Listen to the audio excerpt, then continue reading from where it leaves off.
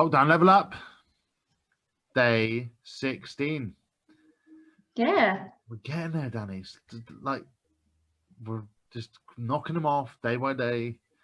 Neither of us have had a long lie for 16 days. We're not going to No, have a long lie for another 12. I know. There's even Yay. Saturdays and Sundays. We're here. Yay. It's okay. We were planned in advance with a topic. We kind of just shoot from the hip sometimes with this. We just wing Technology. it. Just wing it. And I guess throwing into technology, we kind of throw in, like, it's not just physical technology sometimes, is it? Like software, social media. There's a whole Yeah. ton of stuff that goes into that. And I guess with leveling up, right, as we've dubbed it, it's about how do you get the very best out of it. Mm-hmm. And it's, there's a whole ton of stuff out there that you could use, but also can it become overused and then and invasive? And I guess at the moment a lot of people are feeling, and I've got the phrase that I use when I don't feel like I don't say that I've been on the internet anymore. I feel like I've been in the internet. Doesn't it feel like never ending, What have like you been doing today? I've been whole in the internet. It was like, and yeah, and that comes from doing, when you choose to make a change to how you're doing things, but also when you're trying to promote yourself or trying to promote a business, and increase, not just promote yourself, but increase people's awareness of who you are and what you do, which social media is a tool for that. There's a lot of people who do that. yeah. It's not new. Then you do become on the internet, and I think Paul Mort has a phrase, I guess, of social media is for creators, not for consumers. Consumers, yeah. Or that's how if you're doing one, you shouldn't be doing the other. And I think that um it's a finding a balance of those things, because I think, and I think that social media is to inspire and to be inspired rather than for creators and for consumer. It's both, but you have to choose what you're doing with it at a certain time. Yeah. I 100% agree. I think that there is the downside of the social media, and then there is obviously the upside. But with with a lot of negativity that's going on in the world now, I think that people are choosing to voice their opinions on social media, and that kind of makes it a bit neggy to want to go on there. So it's up to us to use the powerful tool of social media that we have to kind of try and fight against that and inspire people. Yeah, it's interesting. It definitely is interesting that people that we spoke about this before. It's not what our topic is about, the keyboard warriors and things like that. But there is also a lot of positive, like you said, positive things that can come out of it. Yeah. Which you are there, and it's about what you seek and how you make it you feel like that. But I think how do you get the best out of social media in terms of using it as a tool? So you sent me a video link the other day about how to use Ads, yeah. Facebook advertising, because I know that there's lots of people within our networks who are maybe trying to do side hustles, or lockdown has brought out, or this year 2020 has brought out the creativity in people, or it's forced people down a road from losing a job to maybe doing something that they've wanted to do for a long time, or they've had an idea and it's been sparked. out of having space and time to think about things. Yeah. But then you've got this, and it's all well and good thinking I can have the laptop lifestyle, which is promoted, and you see it all the time. Like, hi, my name's Jared and Joe, and we want to like give you this, our system to. Yeah, to And never it's like, work the 9 to 5 life again, and yeah, you can work wherever you want in the world and travel at the same time. mm, bollocks. Right, that is not what I'd be pitching or selling. Like, one thing I have learned is it's fucking hard work. It is. It's not that easy. There's no easy way out to do that. And it's not the 9 to 5 lifestyle. It's a 24/7 lifestyle. Because But is it more these rewarding? Yes. these things are with us all of the time. And you have to learn how to then get the very best out of that Yeah. without it becoming life. Yeah. I think the main thing is to take, because it's easy for manufacturers of this technology and the softwares to kind of study behavioral changes to see what will reel us in, like if you've seen Social Dilemma, you've got the scrolling feed on Facebook that makes us want to carry on like it's a slot machine and things like that. So it's easy to get triggered in, but the main solution to that is to kind of take control back and to find the fine line between what you should be doing, how long you should be on social media, and the other important things in life. And again, then there's technology to help you with that. You've got your app blockers, you've got your screen time that you can give you that information. You Yeah, can turn certain things on at certain times of the day for certain periods to stop you getting distracted. One thing I did a couple of years ago is I turned all the notifications off on my phone. I've done that as well. It's amazing. Best thing I could have done. It doesn't ding. I know which of my followers, and I should be saying, turn the notifications on. Here it is. This is where, put your little bell on. Let us, notify you when we're live. Let us,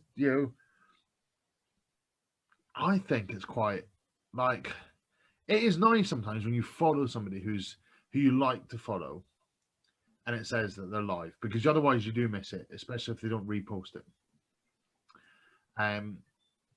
So yeah, live notifications I maybe agree with, but a notification for everything on your phone. Notification say you've got a new email, and I want you to receive emails, right? But I want you to receive the right ones. Turn the notification, turn the red dots off. You can take the little red dot off of it to even tell you how many you've got. Just turn it all off. It's it just quietens your life, doesn't it? Yeah. When you wake up in the morning, you're not reactive.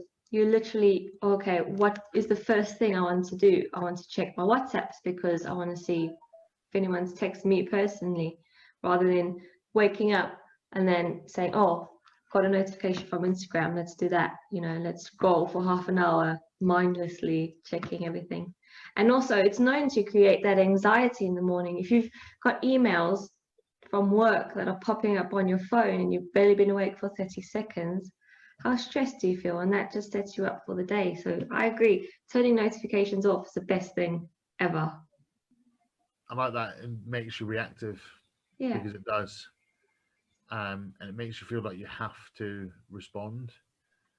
And you don't get that separation between like the outside world and yourself. You don't have that time to decide what mood you're in, because it kind of decides it for you then, doesn't it? So I like to have that time, just listen to a podcast or something, just waking up properly. Definitely. I would recommend you do that. Same time I would recommend go through your emails, spend a day, and probably take you a day, and unsubscribe from any that you are not reading. Yeah. So the only emails I really get in my inbox are from the people that I like reading. So I get I like reading those of the people that I follow on social media. I'm Yeah. gonna unsubscribe to the personal accountability coach. Just joking. I would never ever do that. I look forward to yours. Well, hopefully you do. Like, and that's not a plug, but you know, if you want to, personal accountability coach.co.uk/FDE. Famous daily email. Yeah, stole that from somewhere. But you know, but the rest of them, yeah, Argos. Why do I need an email from Argos telling me they've got Black Friday deals on? Yeah, and I think it was a Black Friday today. Flooded. Next week or today? I don't know. I don't know. The thing is, Black Friday became Black November. Yeah, Black November. Yeah, and it's like, yeah,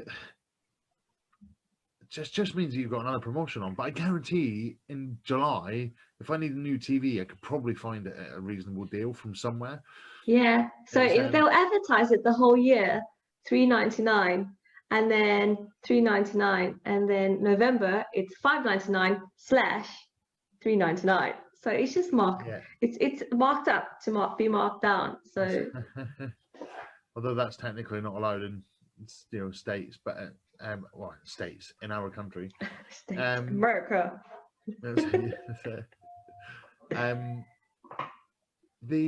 But yeah, unsubscribe from those. Use the technology you have to get away from these promotional emails that you've end up finding, and use email as a communications tool, which is what it is. Engaging stories or actions required, and dip in and out of it as and when you want to. Yeah, I think it's incredibly useful now that we're in lockdown to connect to one another like this, and to our families that are in lockdown. Precisely, technology means that you can do this. So there are the upsides. There are loads of upsides. I've got a friend who only FaceTimes me. Never had, and has always only FaceTime me. That's cute. Never, always. It's like, how you doing? And I'm like, every time I'm like, shit, I'm on the toilet. No, not sure. But all the time, FaceTime. Like, it's so right. Like, why do we've had this advancement? I don't think a lot of people do video call a lot of the time, but it helps with the connection. Yeah. We spoke yesterday about all these different platforms that you can use to do that. Zoom. I can have a conversation with you like this, put it on the internet, live, turn it into a podcast with 5 or 10 clicks. And post on YouTube, and but I can do that and put them on all these different places really easily. Like, I don't want to make myself sound. Let's hear it then. Like, doing a podcast is easy, because it's not, in terms of like the work and things you want to put in. But starting one, it's really simple. I can show you how in a telephone conversation. I can tell you exactly what to do for you to start a podcast, and it's with technology that investment has been out there. You don't have to be in a studio with clever mics and with somebody producing it, and you can just record a conversation and put it out there. I think most people would hear the podcast that they listen to and think, oh, I need the best sound, I need the best studio, things like that. But you don't actually. I think it's all in the quality of the content that you put out there. I listen to so much. So I listen to a lot of Gary Vaynerchuk podcasts, and he's mic'd up like 24/7, and his team cut all of his conversations and just put them out there as like mini podcasts and things. And it sounds not great. Sometimes it's him having a conversation with a fan in the street, but there's some quality piece of information or something in there that they've used. So we can use technology for that. We can use technology to, like we said, to track our fitness. And there's 2 on. I've got my Whoop band. And I've got my Apple Watch. And here My I Apple am Watch. wearing nothing now. My Apple Watch sometimes turns into my Garmin. Yeah, but those are incredibly helpful though. Those keep you accountable. You certainly do, and it helps you to know how stressful your workout was, or like the work band telling me about my sleep. There's technology in that. The technology in in the Apple CarPlay. I get in my car and it's like 27 minutes to home. I'm like, how do you know I was going home? Because you're making that trip regularly. It says when you're here, you normally end up here. That's It's so technology. advanced, isn't it? We've got GPS navigation. I remember the days when I don't think anybody says it for a long time, but do you remember when sat nav? It was like the adverts were like they've ended up at the seaside and they're on the edge of the cliff going and it's still like drive straight ahead. That I don't doesn't know. happen anymore. I don't remember. Those things don't happen anymore. I remember my dad telling me about when sat nav came out, and my dad worked with military equipment, and he said that's nothing. But I'm to tell you where you are on the road. I've used technology that puts you on a 50p piece, and 20 years later, when that technology that was in the military is now out in society.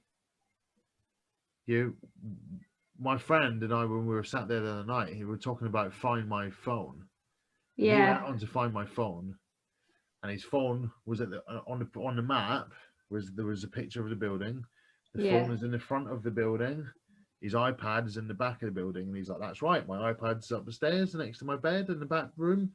And it's like, that's the technology that puts you on a 50p piece. Yeah.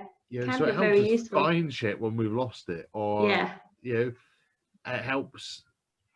I was reading on one of the James Smith Academy posts. It was like tips for sending your location and things, tips for women when they were dating or something like that. It was running. Running. And it was like send your location to people. So that they know that where you are. That's technology that brings those things in. I think there's loads, and it's only going to get better as time progresses. It's going to become more advanced. I think it's when we choose to use technology that's important.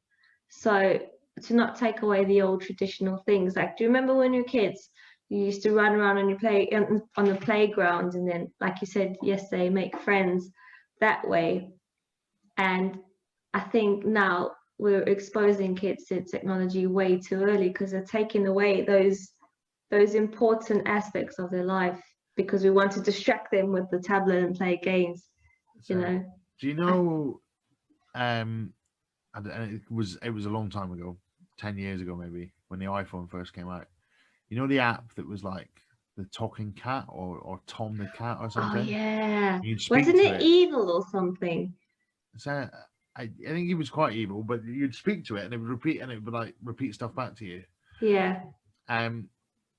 So my friend's brother, who's sadly not with us anymore, was telling us a story about he woke up that morning to his daughter, 3-year-old daughter, sat on the end of his bed having an argument with his phone with this Tom the cat, going, "My phone," and it was like, "My phone."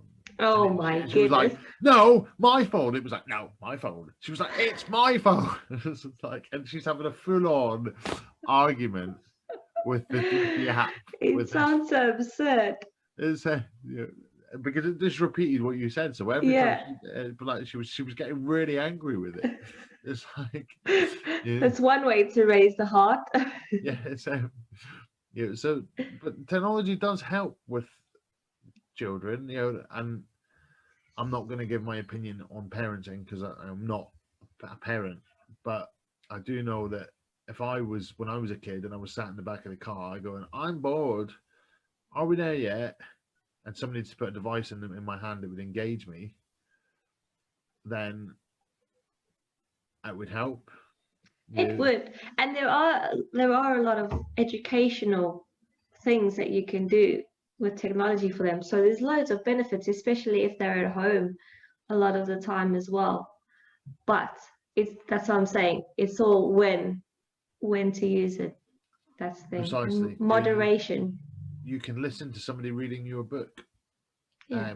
You can absorb more information that way. But if you're taking too much in at any one point, you've got to remember that could be stressful for your brain, whether it's too much visual, too much,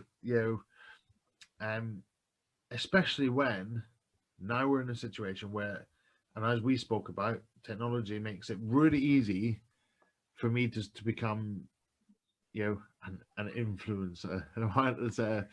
Hashtag. But when everybody is vying for your attention and they can get your attention really quickly and really easily, it's about choosing when you do things and when you don't. Yeah.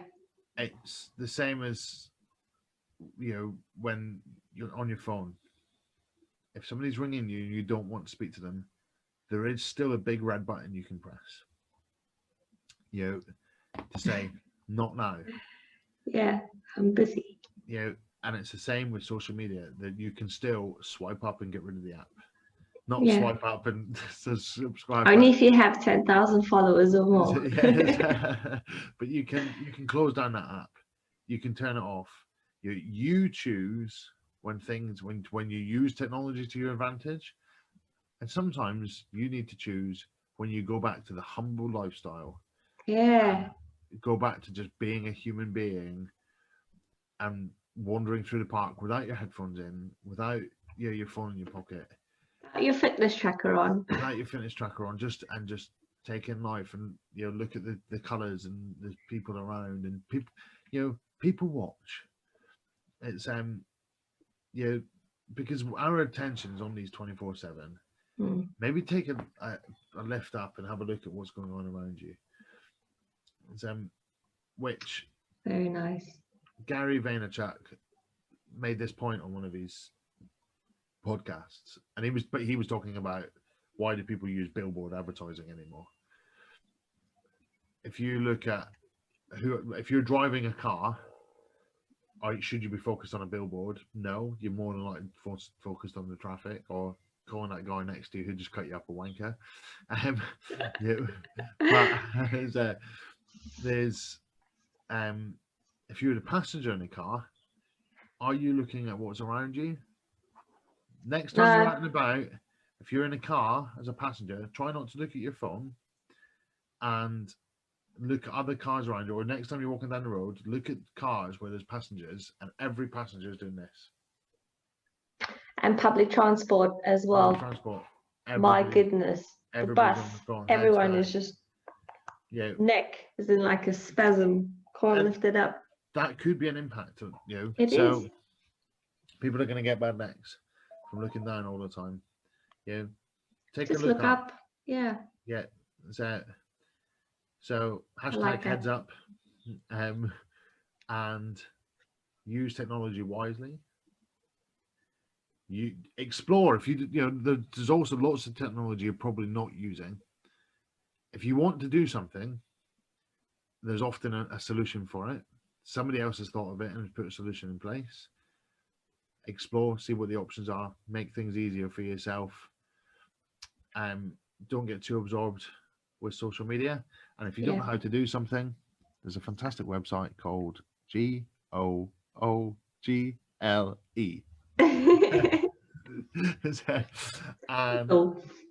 But Danny, what day is it?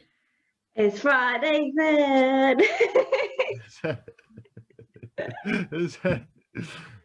I held you for 24 hours. Yeah, thank you. Okay, happy Friday, people, and we will speak to you Saturday. Saturday then. Let's say